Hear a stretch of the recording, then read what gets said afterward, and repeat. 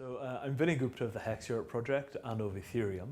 And I'm here today because, well, Ethereum is a smart contracting platform. Robinhood are doing a lot of work that will probably need smart contracts. And they invited me here as a guest because I'm notoriously tough on the governance and political representation issues about new technology. So I'm here to basically talk about the long-term consequences and prevent the little mistakes now that will cause the entire thing to screw up later. So now, do you want to read that? Sure. And then based on, there is a question at the end. There are a couple questions, but the Prince is gone.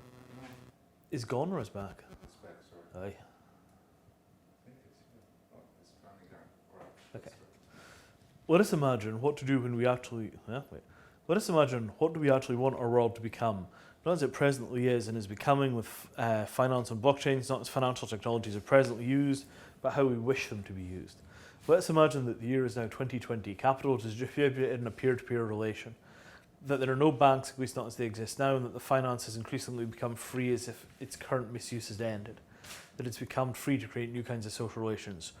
What would this look like? What should it look like? What if you and I commanded the forces of finance? What would it mean?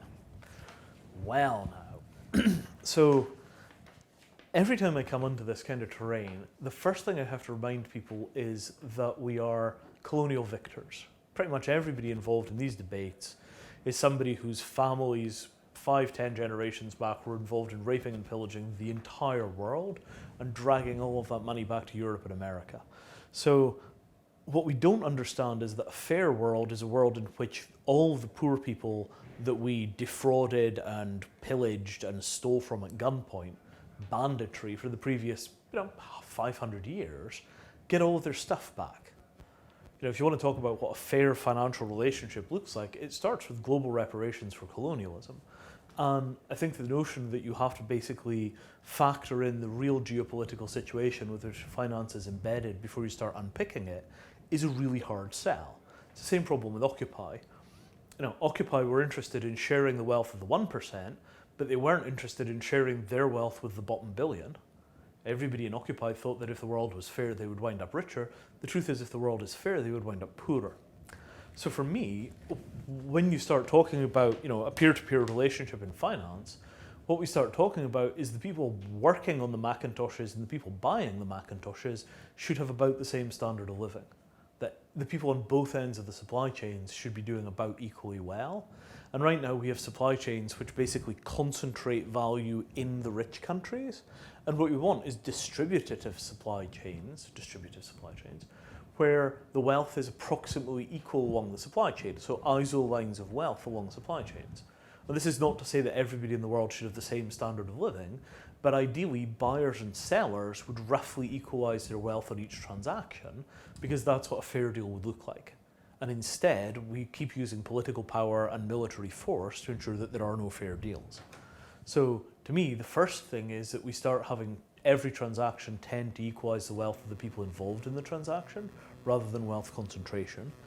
And this question about what should it look like, it'd be great if we could factor in carbon dioxide emissions and vaccinations and the basic, health and social justice kind of stuff alongside of environmental sustainability into the finance framework. The problem is that if we do that, it becomes really clear who the winners and losers are in the current global game, and that will be enormously painful to everybody involved that is in a wealthy country. We're still haunted by the inability to design fair systems because colonial guilt pervades everything we do. People persuade themselves that the American police, opening fire on black people more or less as if their lives were irrelevant is some kind of aberration, but it's actually just foreign policy. It's America's global foreign policy reflected at home. And you have to kind of see these things systemically because finance is a global system. And if you want to imagine a fairer version of a global system, you have to go all the way through the current version of that global system, identifying what's unfair. And the truth is, everything we do is unfair. That's why the Macintosh users are always portrayed as being happy, rich Americans, and the people that build them have nets outside of their windows so they don't jump.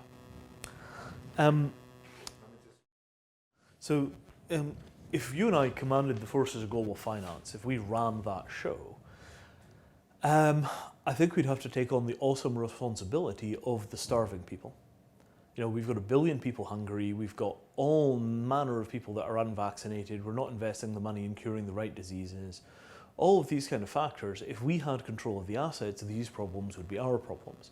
You look at Bill Gates and Warren Buffett, Elon Musk, they're people that took enormous reserves of financial power, and instead of using that money to just make more money, they used that money to solve the world's problems, and in the process made some money as well.